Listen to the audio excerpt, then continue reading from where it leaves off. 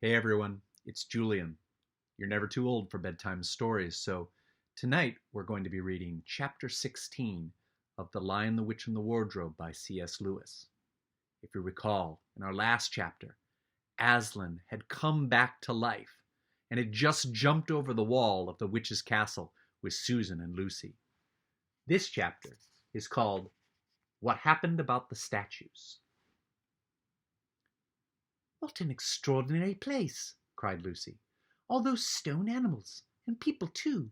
It's like a museum." "Hush," said Susan. "Aslan's doing something." He was indeed. He had bounded up to the stone lion and breathed on him.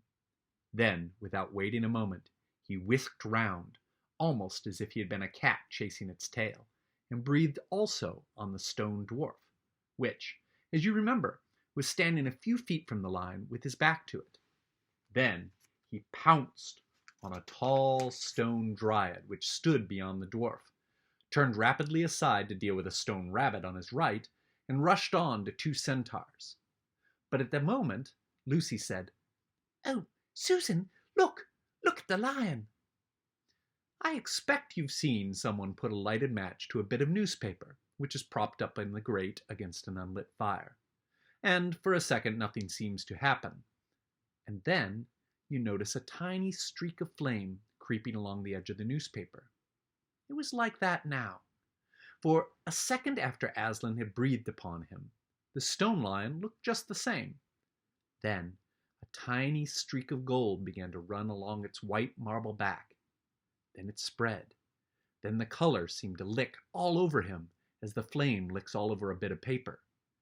Then, while his hindcorners were still obviously stone, the lion shook his mane, and all the heavy stone folds rippled into living hair. Then he opened a great red mouth, warm and living, and gave a prodigious yawn. And now his hind legs had come to life. He lifted one of them and scratched himself. Then, having caught sight of Aslan, he went bounding after him and frisked round him, whimpering with delight, and jumping up to lick his face. Of course, the children's eyes turned to follow the lion, but the sight they saw was so wonderful that they soon forgot about him. Everywhere, the statues were coming to life. The courtyard looked no longer like a museum. It was looking more like a zoo. Creatures were running after Aslan and dancing round him till he was almost hidden in the crowd. Instead of all that deadly white, the courtyard was now a blaze of colors. Glossy chestnut sides of centaurs, indigo horns of unicorns, dazzling plumage of birds, ruddy brown of foxes, dogs, and satyrs, yellow stockings and crimson hoods of dwarves, and the birch girls in silver and the beech girls in fresh, transparent green, and the larch girls in green so bright that it was almost yellow. And instead of deadly silence, the whole place rang with the sound of happy roarings, brayings, yelpings, barkings, squealings, cooing, neighing, stamping, shouts, hurrahs, songs, and laughter. "Oh," said Susan in a different tone. "Look! I wonder, I mean, is it safe?" Lucy looked and saw that Aslan had just breathed on the feet of the stone giant. "It's all right," shouted Aslan joyously. "Once the feet are put right, all the rest of him will follow." "That wasn't exactly what I meant," whispered Susan to Lucy. But it was too late to do anything about it now, even if Aslan would have listened to her. The change was already creeping up the giant's legs. Now he was moving his feet. A moment later, he lifted the club off his shoulder, rubbed his eyes, and said, "Bless me, I must have fallen asleep. Now, where's that drudden little witch that was running about on the ground? Somewhere just by my feet it was." But when everyone had shouted up to him to explain what had really happened, and when the giant had put his hand to his ear and got them to repeat it all again so that at last he understood, he bowed down till his head was no further off than the top of the haystack and touched his cap repeatedly to Aslan, beaming all over his honest, ugly face. Giants of any sort are now so rare in England, and so few, giants are good-tempered, that 10 to 1 you have never seen a giant when its face was beaming. It's a sight well worth looking at. "Now, for the inside of this house," said Aslan. "Look alive, everyone! Upstairs and downstairs, and in my lady's chamber. Leave no corner unsearched. You never know where some poor prisoner might be concealed." And into the interior they all rushed. And for several minutes, the whole of that dark, horrible, fusty old castle echoed with the opening of windows, and with everyone's voices crying out at once, "Don't forget the dungeons! Give us a hand with this door! Here's another little winding stairs! Oh, I say, here's a poor kangaroo! Call Aslan! Phew, how it smells in here! Look out for trapdoors! Up here! There are a whole lot more on the landing!" But the best of all was when Lucy came rushing out upstairs, shouting out, "Aslan, Aslan, I found Mr. Tumnus! Oh, do come quick!" A moment later, Lucy and the little fawn were holding each other by both hands and dancing round and round for joy. The little chap was none the worse for having been a statue, and was of course very interested in all she had to tell him. But at last, the ransacking of the witch's fortress was ended. The whole castle stood empty, with every door and window open, and the light and the sweet spring air flooding in to all the dark and evil places which needed them so badly.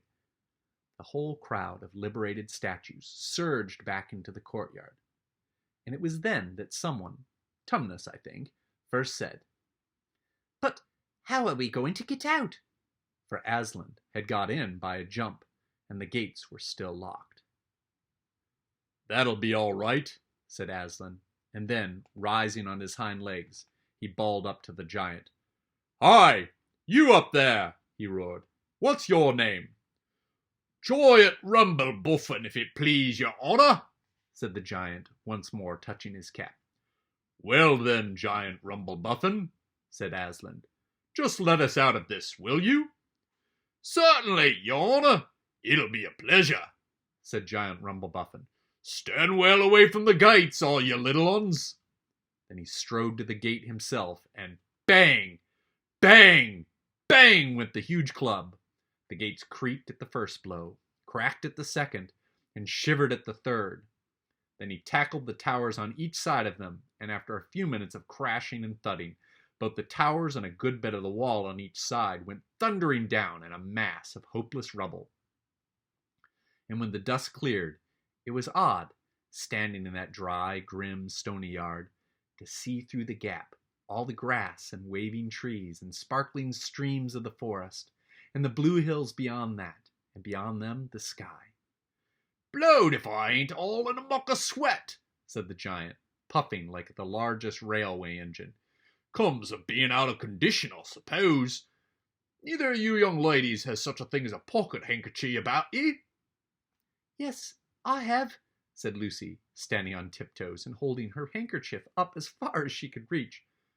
"Thank you, missy," said Giant Rumblebuffin, stooping down. Next moment, Lucy got rather a fright, for she found herself caught up in midair between the giant's finger and thumb.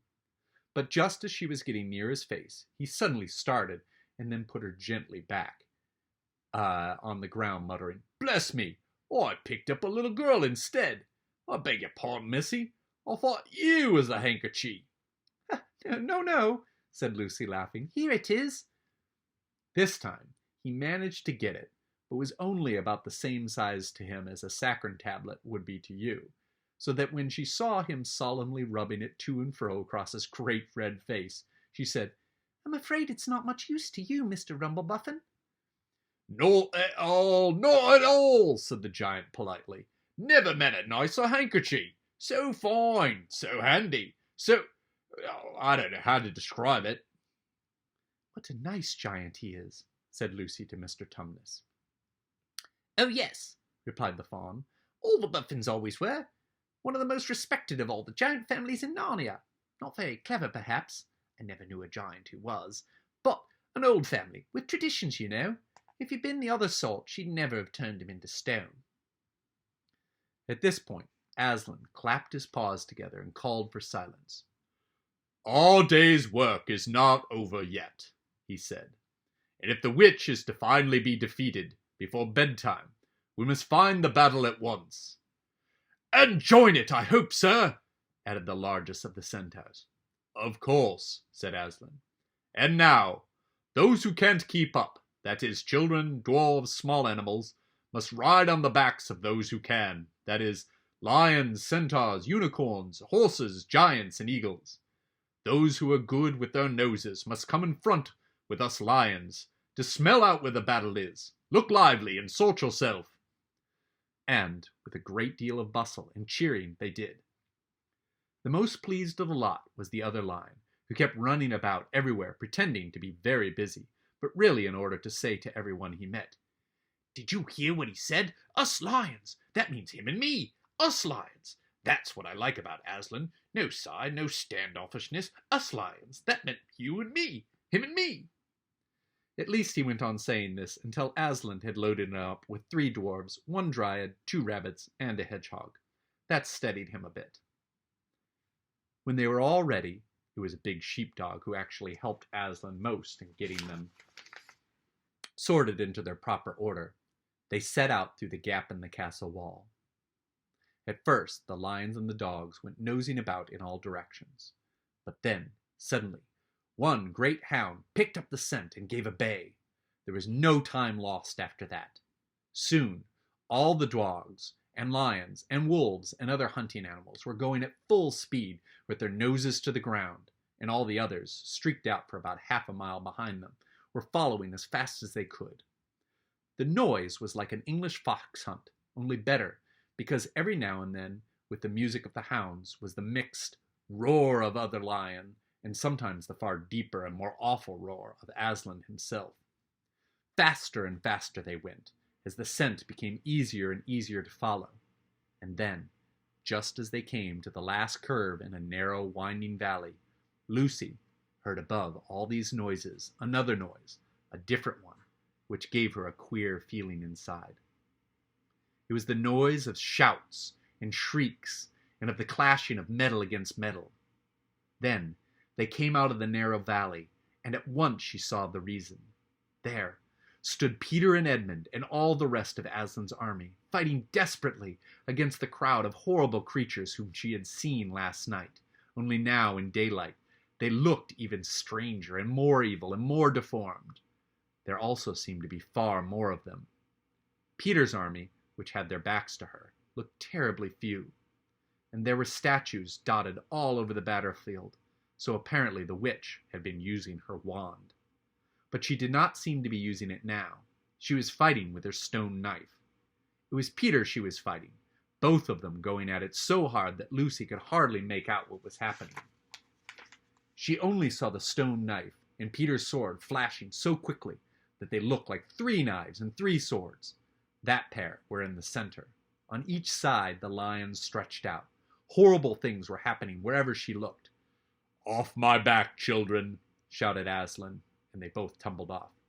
Then, with a roar that shook all Narnia from the western lamppost to the shores of the eastern sea, the great beast flung himself upon the White Witch.